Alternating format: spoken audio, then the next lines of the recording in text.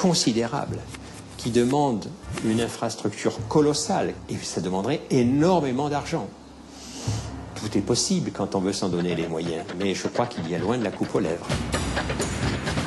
Ce qu'il va nous arriver, nous l'ignorons.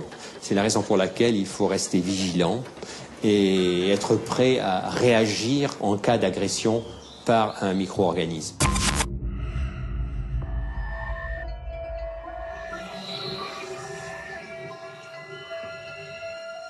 Au chapitre des prémices de l'Apocalypse, on peut, si l'on veut, aller encore plus loin. Saint Jean évoque les guerres comme signe annonciateur. Et côté guerre, on a été plus que servi au XXe siècle. Aujourd'hui, les tensions entre les blocs sont à leur paroxysme depuis la fin de la guerre froide.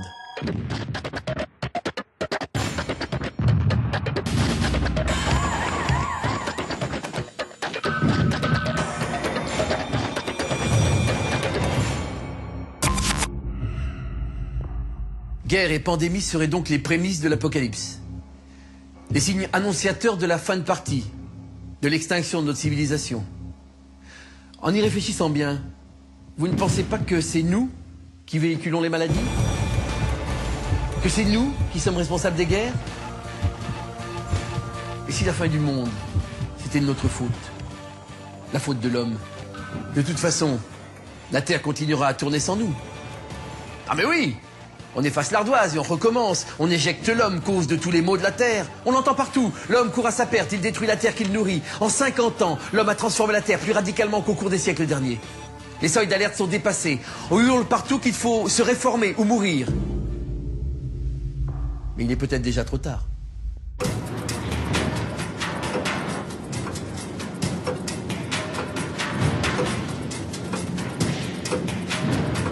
Notre atmosphère, elle contient un certain nombre de gaz qui sont présents en très faible quantité. La vapeur d'eau, le dioxyde de carbone ou le méthane. Ils sont présents naturellement et ils font de notre Terre une planète vivante. Et donc depuis 150 ans, on brûle des énergies fossiles, on fait de la déforestation, de l'élevage intensif, de l'agriculture intensive et on rejette des gaz à effet de serre.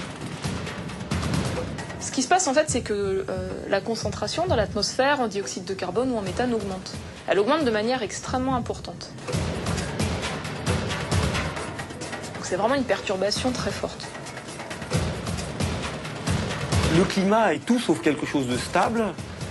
Simplement, ce qu'on voit là, c'est une accélération d'un certain nombre de processus.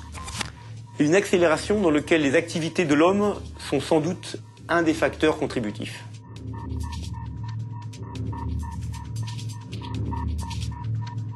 Effectivement, sous l'effet des activités humaines, on met suffisamment de troubles dans les grands systèmes naturels planétaires pour qu'on puisse aujourd'hui parler d'un réchauffement de notre planète dont nous sommes en grande partie la cause. Les premiers fauteurs de fin du monde aujourd'hui apparaissent quand même les humains eux-mêmes. Le risque, c'est que le système en fait s'emballe et qu'on se retrouve comme nos voisines, c'est-à-dire éventuellement comme Vénus, avec une température de surface de 700 degrés, avec toute l'eau évaporée dans l'atmosphère, ou éventuellement comme Mars, à perdre notre atmosphère, avec un désert et plus de vie. Fin de toute vie sur Terre. Ça y est, on y arrive. Quel scénario pour l'apocalypse, hein? C'est pire qu'un suicide collectif. Nous polluons et la Terre se réchauffe. La Terre est malade, ok.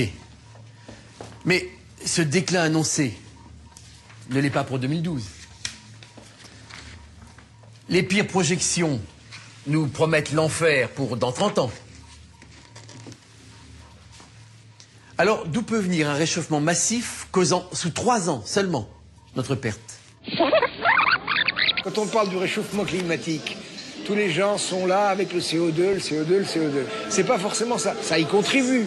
Il y a un truc, c'est qu'on a des variations de température qui sont bien corrélées avec les cycles solaires. Si le soleil se met à continuer à s'énerver, il peut nous foutre une belle panique et ça n'aura rien à voir avec les gaz à effet de serre. Le Soleil suit un cycle d'évolution avec des périodes où il est en faible activité et des périodes où il arrive en forte activité. Tous les 10-12 ans, on a des effets d'augmentation de l'activité solaire. Ça, on la connaît, on peut presque la prévoir en fonction de l'évolution des observations qu'on fait sur le Soleil. Le dernier maximum d'activité a eu lieu vers l'an 2000 et donc le prochain maximum d'activité sera vers 2012. Cette activité a été suivie depuis très très longtemps par notamment l'observation de ce qu'on peut voir à la surface du Soleil, qui est ce qu'on appelle des taches solaires. Ces taches solaires correspondant en général à des zones d'irruption solaire. Cette matière est éjectée dans l'espace et va suivre les lignes de champ magnétique du Soleil pour arriver jusqu'à la Terre. Il y a des flux de type électromagnétique qui peuvent être plus ou moins intenses et à partir de là déclencher un certain nombre de désordres sur les technologies de type satellite notamment qui environnent la Terre. On sait par ailleurs que le Soleil finira de toute façon par nous absorber, par une bouffée de chaleur finale avant de mourir.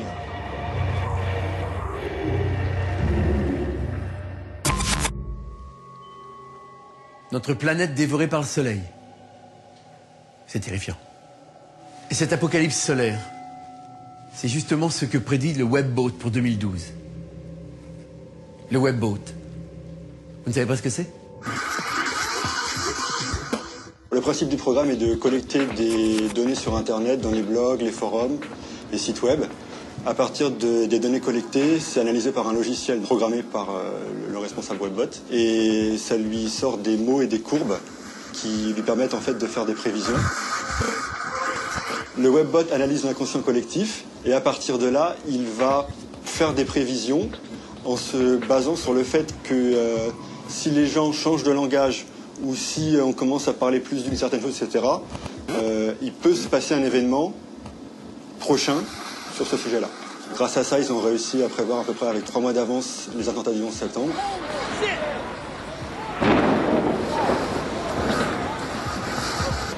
Le tsunami en 2004. Le Webbot analyse vraiment juste certains thèmes. Catastrophes naturelles, les populations américaines, les populations européennes, les marchés boursiers, l'espace. Le Webbot a émis des premières analyses par rapport à 2012. Il a indiqué des énergies inconnues venant de l'espace. D'après mon analyse personnelle, je pense que c'est des choses qui vont se passer en rapport avec le Soleil. Le Soleil va diffuser de l'énergie qui risque d'atteindre la Terre. Et à partir de ce moment-là, créer des perturbations sur la Terre. Même si elles n'osent pas l'avouer, les autorités américaines se fient elles aussi à ce programme informatique. Le Webboat, c'est un peu comme l'horoscope. Personne n'y croit, mais tout le monde le lit. Si l'on en croit donc ces prévisions, le Soleil va s'énerver sévère en 2012. Et cette colère sera 30 à 50% plus violente que le cycle précédent. Quand on se rappelle qu'en 2005, l'ouragan Katrina n'était que le fruit d'une toute petite tempête solaire, l'Auvergne pourrait bien devenir une station balnéaire. Ça laisse songeur sur les conséquences, non ? On voit déjà aujourd'hui en fait les conséquences de ce réchauffement, qui n'est pas simplement un réchauffement moyen, qui est plus marqué près des pôles, avec une réaction aujourd'hui très marquée des glaces du Groenland, une perte de banquise.